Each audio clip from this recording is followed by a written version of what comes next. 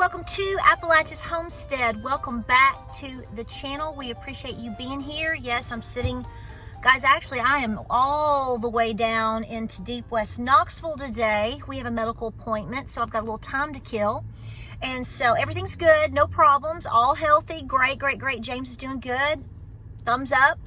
And but I thought I would take this moment to go ahead and film my video today. I do want to film in the kitchen a little bit later. Fingers crossed on that. You know how man plans, God laughs. I know. But welcome back to the channel. We're so glad that you're here. Hope that you are doing well. Going to talk about several issues today just to talk it out as we are quickly approaching Christmas. Christmas time is here, but Christmas is less than 2 weeks away. And then at that point, as you know, we're going to be pushing into the new year, and everybody is completely anticipating all of the things that are coming our way in 2024. Thank you so much for all the views and kindness, especially to my sweet husband. I just appreciate y'all all the time being so sweet to my family, and we thank you. So it's funny because I was going to talk about this. So there goes the bus. Is my door locked? Yes, my door's locked. Making sure, always check your doors. You know, be mom, lock your door, drive in the right lane, make sure you got your seatbelt on, you know, don't road rage anybody. You know, we always, you know, all us moms talking to ourselves and to our kids and our husband, everybody else. But it's very busy here. We're in the Cedar Bluff area, and I have to tell you, I grew up in West Knoxville. And you know, I was born at UT Hospital. I grew up in West Knoxville. My Nana was born over here near where the lake is, born in a log cabin. I know everybody's like, what? We just moved here. We just moved to Knoxville. Yes, from Vancouver. And there were cabins here. Yes, a lot. It's amazing to see how an area grows, especially talk to my parents and my family. We're all, you know, been around in West Knoxville for, since the Great Depression, really. Since late Depression, right before the Depression into the 40s is when my family really kind of moved to Knoxville from Monroe County and Blount County and Etowah, McMinn County, Bradley County. That's how we all got here. Work. They needed work. They had to work. They walked here. They walked their dairy cows here. No joke. So that's sort of how I ended up being born and raised here in Knoxville. But it is so disturbing to come into Knoxville. I mean, you know, we've got homeless people and people with issues all the time everywhere. So I totally get that. But I tell you, and I tell people, I just told a lady the other day, she was talking about how much traffic there is, but how many homeless people she sees. And I'm like, listen, you could have driven all the way from Loudoun County, all the way down through Knoxville, all the way past Cedar Bluff. You'd almost have to get very close past the mall, all the way down there before you really ever saw any issues. I mean, things were around and things happened, don't get me wrong. But it is, I mean, we're looking at people that have just, homeless people with buggies just everywhere through here and leaving their stuff on the side of the interstate and down here, the homeless encampments. It is just depressing to see. Just unbelievable, really. So even though I love my hometown and I'm from here and we welcome you to come visit and do all the things in East Tennessee, but just understand that this place is growing so fast and things are changing so fast. We can't get over the amount of apartments that are being built. I mean, you can go any which way. It's like, oh, yeah, we got to have another 300 apartments right here. Guys, the plans for the average person is not very good right now, and so therefore it's important for us to talk about these things and to plan. And I don't think 2024, as you know, call me Doomsday or Debbie Downer, okay? I mean, where are those people now? I mean, you know, all the people that 2 years ago or a year ago, whether they were trolls or other people on social media trying to say that we're just trying to make things up and doomsday you so you can click on videos. Well, no, come down here and walk around with me real quick. And ask anybody around here, and they're going to tell you the same thing. It's everywhere. And it's all by design as well. Okay, so here's the thing. So, you know, it's funny because on the way here, we passed by 3 Christmas tree yards, if you will. It doesn't look like they've sold a single Christmas tree. I don't know what they're asking for here. I think the average price is about $70 or more. Who's going to spend $70 on a Christmas tree right now? when they can't even, put food on the table for their kids. Or they're going to fear what's coming in January, February, March, when heavy layoffs start hitting. See, right now we're busy going into Christmas. We're struggling for people to have a good Christmas. We're trying to find ways for people to feel blessed during the holiday season. But the reality is, what's going to happen come January 2nd? And I think that's something that's not being discussed a lot in this community. And I think it's important that we do so, because the blessings have to continue to flow to people that are going to be in need. And I personally have concerns that after the new year, all of these businesses that didn't hit all the levels that they wanted to hit from basically Black Friday all the way up until the new year, what's going to happen then? We already know that people are tapping into their 401ks for hardships like crazy. That's not normal, people. Not at the level that we're seeing. We're already seeing people have slowdowns, and we already know that private and small businesses are struggling. We did our video yesterday, James and I. We'd been talking about it for a couple of days, and I said, I want to do a video about this, and I really want you to weigh in on it. He's so smart, y'all. It's a brag. He is. He's so cute. Santa knows, buddy. Santa knows. But we keep warning the people. I am telling you, and I am talking with you about the things that I talk about every day. With my own kids, with my own mom, with Miss Lou, with my close friends and family. Do not think for 1 second that I'm only going to talk about these things or care about these things when I'm sitting here making a 15, 20-minute video. No. We live and breathe this every day, because we know the sacrifice that's going to be involved for people and the cutbacks that are going to be involved with you and me and everybody in order to just be in survival mode. That is the actual term that I like to use, because that is your beast survival mode. People aren't buying Christmas trees, people. Okay? I mean, I honestly, now I don't get out that much, but I will tell you, within the last month, I have seen one Christmas tree on one car. That doesn't mean people aren't buying them elsewhere. I mean, I don't buy them. I will tell you this, that I am typically cutting my own Christmas trees from my property. Now, I am not this year. And the reason being is because I have 3 different ones that I am reserving for future. They're just still a little bit too small. We always cut a cedar. I don't like cutting cedars. They're a very special tree, especially to the Cherokee. But I've got a couple that have grown in some weird spots, and they're gonna have to be taken down. So I told James, I said, let's just let them grow. And in the next couple of years, we'll use them as Christmas trees. Well, they're too small. And so I do have a faux Christmas tree. I like faux. It's so much nicer than fake. I've got one, and fortunately, we got a good deal on it several years ago, and I kept it. So I've put it up, and we're going to do that and be simple. Hopefully a cat won't knock it over. Hasn't yet. You know that's coming, that crazy little kitten of mine. So, but anyway, people are not buying this stuff. We've already talked about it. I've been to the Dollar Trees and the Dollar Generals, and they'll point blank tell you, we don't have as much inventory as we have in the past, because they're afraid that we're going to be hung with it. We're just trying to push what we've got and go with it. Folks, what is it going to look like come January? Now, I know they're talking about, and which, in the real world, we don't really care about the stock market, because we know it's all a sham anyway. You're being sham wowed, baby. It's just amazeballs. But, they're going to cut rates. Okay. Well, big whoopity flippin' do. When people have already lost their homes, they lost their jobs, they've eaten through their 401k, they've eaten through their pantry, because times and inflation and the life that we have been forced. You have been forced to live like this, especially post, guys, it doesn't matter if you cut interest rates a quarter. It might be 0.25%. Big flipping deal. Do you think these people are going to be able to go out and buy houses and cars and get loans and do all these things anyway? We all know the answer here. So the thing that I am going to continue to push as hard as I can, and hopefully we will continue discussions here as well, is for you to take care of the very, very basics.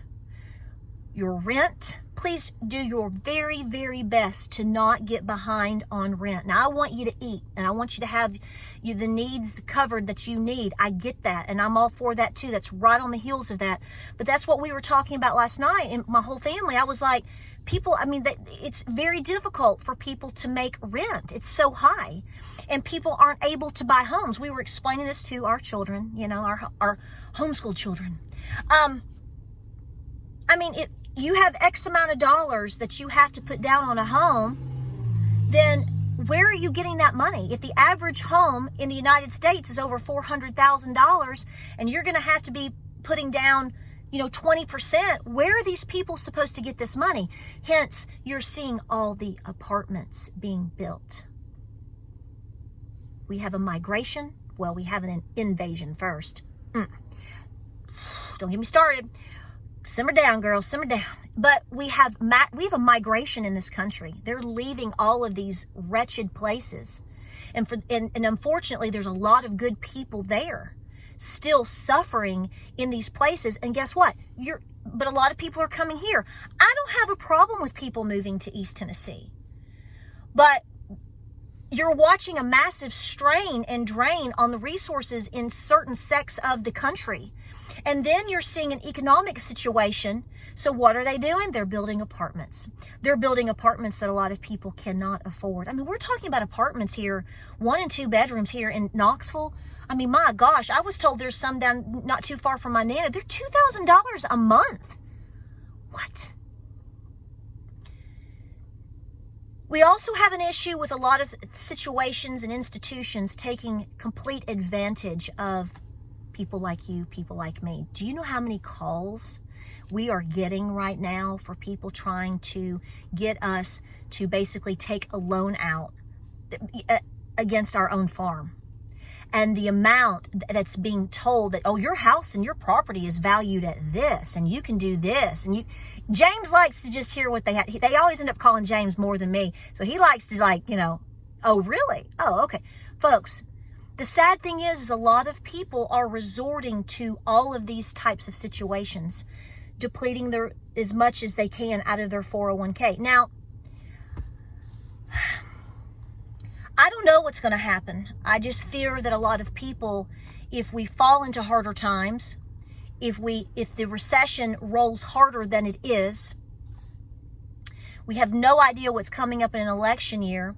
People, like I said, could be losing their jobs. The job numbers came out, and it is true. Even if you're not a guru, I'm not a guru. I'm not a financial advisor or anything like that. But I am smart enough to go, okay, this is the what they're telling you today.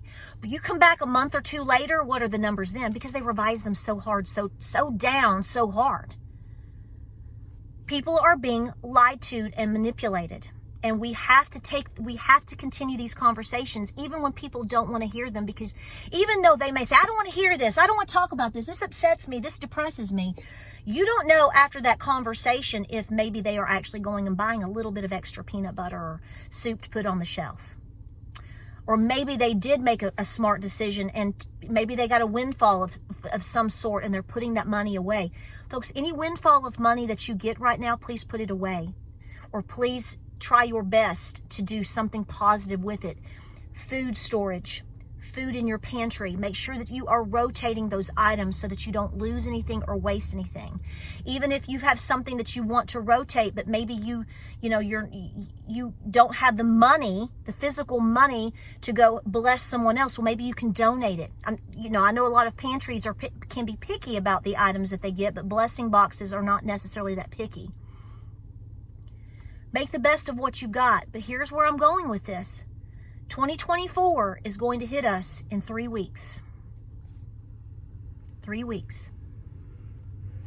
People will then start taking down their Christmas trees, even if it's just something they've put together. I mean, I know one year we just put lights on a ficus tree, a fake little ficus tree. We did, one of those little fake trees. We just put lights on it and hung a couple of ornaments, and that all was good. But if people are not celebrating Christmas to the level that they would like to, That means they are incredibly strapped. And my fear is, how bad is it going to hit the first several months of the year? Some people will argue that we will even push into a depression by April. There is all types of conversations, and we have no way of exactly knowing what's going to happen. I just think that we all here are awake enough and smart enough to know it isn't looking good. And so we have to cling to the things that we know that we can rely on, which is, of course, first and foremost, God. Please circle your wagons with the next tier down, with people that you know that are paying attention, that have been active in trying to prepare, that are reaching out to others. And those are the people that you need to be spending your time, your mental and emotional time with, because you have got to be headstrong, completely charging forward and making sure that your home is squared away as best as you can. These are my thoughts today, and I know we want to have a lot of videos on different ways to help save money and things like that. Today's just been sort of a crazy day for me, but this is all just swirling in, since the moment I woke up, before I put on my makeup, I said a little prayer for you. I do, every moment. I think of this constantly. I'm praying about this constantly. I'm trying to think of ways constantly to not only help my family, but to help you all as well. And I just want to say over and over, I hope that anyone that watched the video from last night with, my husband and I talking about starting a small business, I hope that if you have any doubts with what we think, it's our opinion. We don't give financial advice. It's not financial advice. It's hold the reins, circle the wagon. You've got to get into beast mode instead and ride this out, think this out. I hope they're reading the comments, because guys, your input is incredible. Read what the small business owners are telling you. You don't have to listen to me. Look at them. All of them. They're saying the same thing. You've got to be in survival mode. You've got to be as frugal as you can and surround yourself as best as you can with those that are doing and thinking just like you. It doesn't mean you don't take the time to reach out to everyone. I think the next year is going to be the make it or break it. Some people would say we're already there, and I can definitely agree with that. But now we're going to find out what we're made of. You're going to find out what you're made of. You're going to start seeing, like a lot of us already are, the things that Granny warned you about.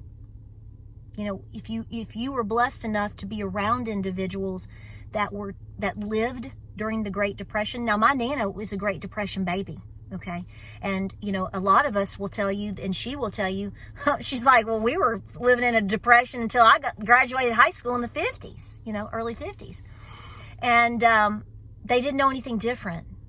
They just didn't know anything different. But when you talk to people that were basically like her mother and her grandmother, okay, people that were young adults or adults during the actual Great Depression, and you knew them like I knew people, like I did, and now that I look back, and it explains so much why and how they lived in good times the way that they did, the way that they tried to can and save and reuse. And I will say this, and I've said it before, it is amazing to me that here I am, even with my own goat milk. I drink goat milk every day. I drink my milk. I make sure I get at least a cup of goat milk every day. I've made cheese and other things, but we use the milk a lot, and I do make sure that I'm consuming it every day because it changes your whole body.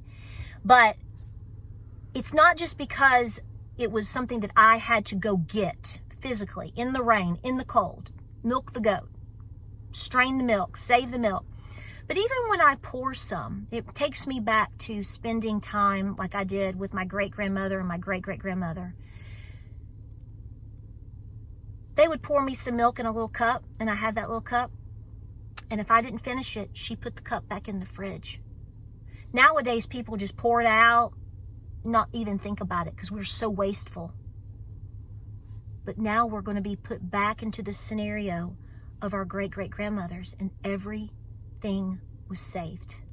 Every penny counts. Be praying for 2024. They've lied to us about the job numbers. They've lied. It's a sweet lie, because it's like, well, it's not really a lie. They're painting a different picture for people to try to get people to have confidence in what's going on and trying to get you to spend your money. Somebody said, now close. Somebody said to me, and they weren't ugly. It's just, they're like, I don't know about this people not having money, because when I've been to places, people are spending money like crazy. You know what they're spending? Now, are there people with money? Sure. Come on, there are. We know this. But the majority of people that you're seeing that are making things happen, that you think are happening, is going on credit card. That means they don't have any money. Now, some people might put something on a card, then pay it off at the end of the month. I get that, but that's not the majority. You know that as well as me. That is not what's going on. People are drowning in their own debt. Drowning. What's going to happen with that? Future bankruptcy? Are they going to keep their homes? Are they going to be forced out to then move into an apartment? What if they lose their job? This can hit any of us at any time. I'm not exempt from this. You're not exempt from this. Make every move count, y'all. And please be on those hands and knees praying for the mercy of God to help continue to show us the way. You don't need me, another blogger, YouTuber, financial advisor, or guru to guide you. God's going to guide us. And it involves a lot of self-discipline that this society is not used to. But this crowd is tough, and I have faith in you. And believe me when I tell you, when you speak to people, and you are a leader right now in your community. You may not think so. Oh, believe me, you are. And people are reading your comments and are taking them very serious, because even though you do have a lot of individuals that I feel that are in denial, I actually don't want to say they're in denial. They see it, they just look away. I don't think they can handle it. So we have to be very proactive in making very fast decisions and changes. It should already have happened. If it hasn't happened for you in terms of trying your best to get out of debt as much as you can, putting pantry food on the shelf.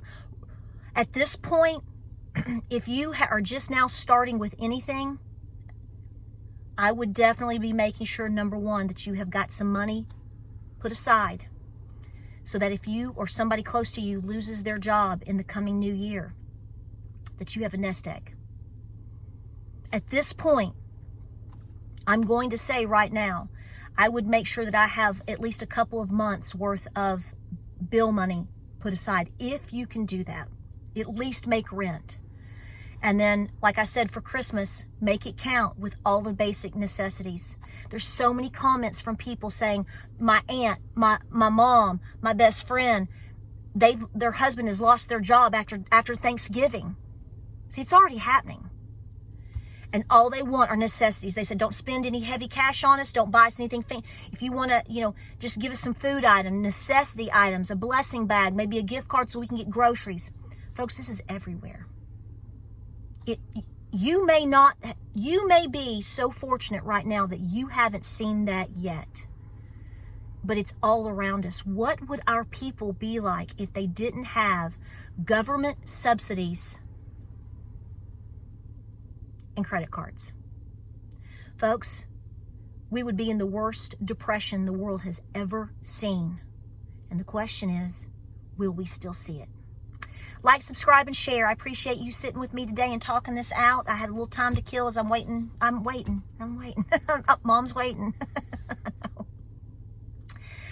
I've got some videos coming up on some baking.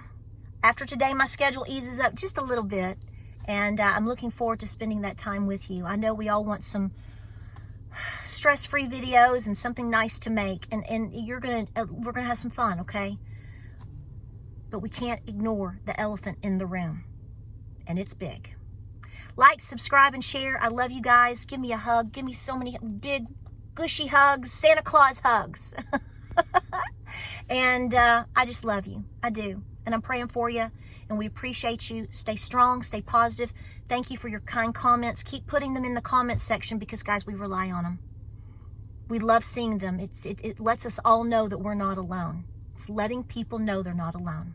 All right, guys, I'm going to break, and I will talk to you soon. Everything's great on the farm. Like, subscribe, and share. Godspeed. God bless. And we'll see you on the next video.